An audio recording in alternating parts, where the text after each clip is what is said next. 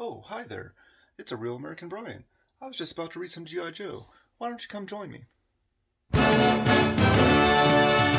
Yo, Joe. Talking comics, here's your host. It's a real American Brian.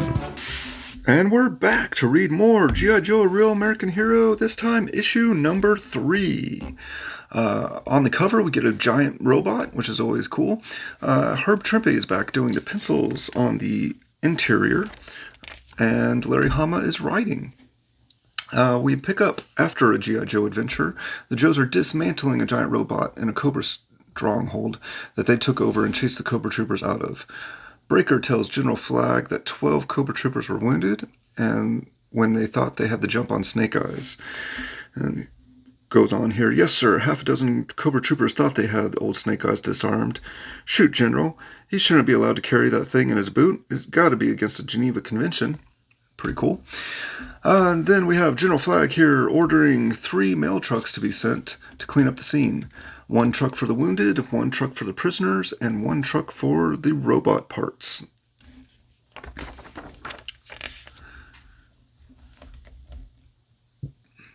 And we get a glimpse of Cobra and a hint that this is all part of their plan, but just the easy part. The Joes discuss how they keep everything a secret, including the pit underneath Fort Wadsworth Chaplain School. And we see some of the trucks, the mail truck being delivered into the pool and being brought down into the pit. The Joes talk about why the living quarters and computer levels are on the bottom, so that way they're safest from any attack from above and can be blocked off if needed to be. So any kind of radiation or anything would get to those bottom levels last, and they have a way of sealing them off completely, which is pretty well thought out. And the Joes begin taking apart the robot and scanning it, and talk about the possibility that this is a Cobra trap. Very insightful. They are able to confirm that there are no explosives in it, and this is fun. Hawk is discussing how he and Scarlet are putting on their greens before they go surface side for the chaplain's assistant's social tea. Keeping up that face that they are just all working in the motor pool and not some giant secret counter-terrorist group working underground. And then at the chaplain's assistant social tea, Hawk makes a joke about hunting down international terrorists. Ha ha ha ha. And kitchen smells began to drift up from the pit and are noticed by some of the people attending the social there. And we find out that Snake Eyes cleans everyone's weapons so that if they are covering him, their guns won't jam.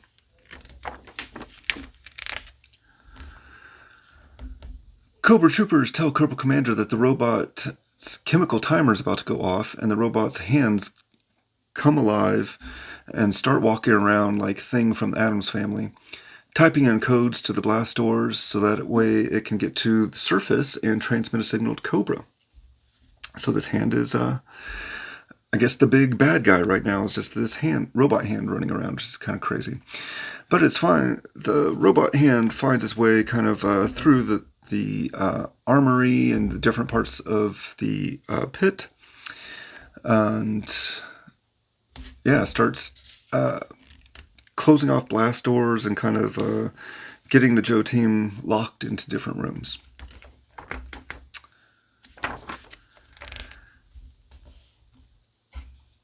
Then the Joes in the canteen begin trying to get the blast door open, and Steeler lifts the door on his own after taking his shirt off, to have that extra flexibility, and just completely manhandles the door and gets it to open on his own because he's that awesome. In the arms room, Flash is going to use a laser rifle to get them out. Breaker, Clutch, and Steeler head down the stairwell to the computer room and joke about the robot reassembling itself. And of course, as they turn the corner, the robot has reassembled itself and starts attacking them. They head back up the stairs. The Joes, who have collected some items from the bathroom here, build their own little explosive here using aftershave, and they light it on fire and throw it at the robot.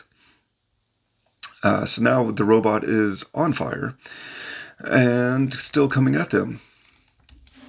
And upstairs in the social T, they begin smelling burning electronics now. Very suspicious. The robot continues stomping up the stairs on fire and is now at the training level. So if you have the drawing from the pit from issue 1, you can kind of follow the progress of the story, which is pretty cool that you can see, going up the different levels of the pit. The Joes move through the training level looking for the robot that seems to have disappeared. But the robot pops out of the water. It was submerged the whole time, and the Joes take off. The technology in this robot is amazing. It can reassemble itself. It's waterproof. That hand alone had its own mind and remembered codes. Pretty awesome. I'm impressed with the robot.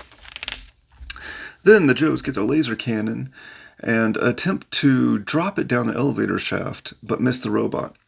Not sure this is the most effective use of this weapon, but that's what their plan was at the time.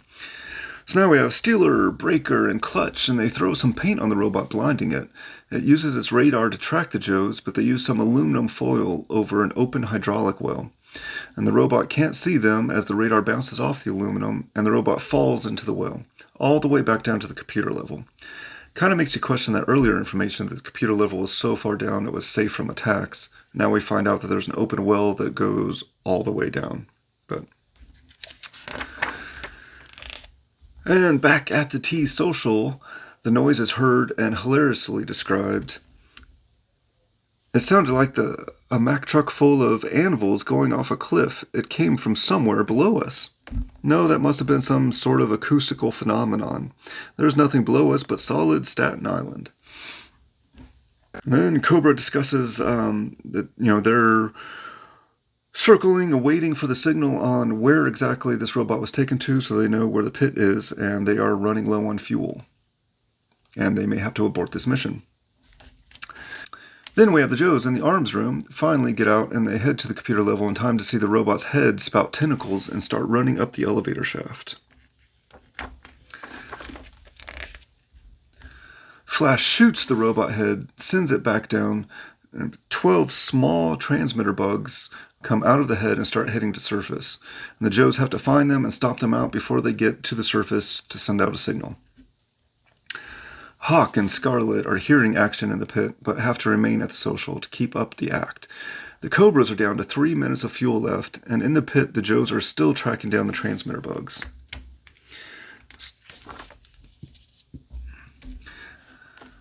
There's one final bug, and it inches its way towards the surface. But at the social, the bug is noticed by one of the other people attending in the grate.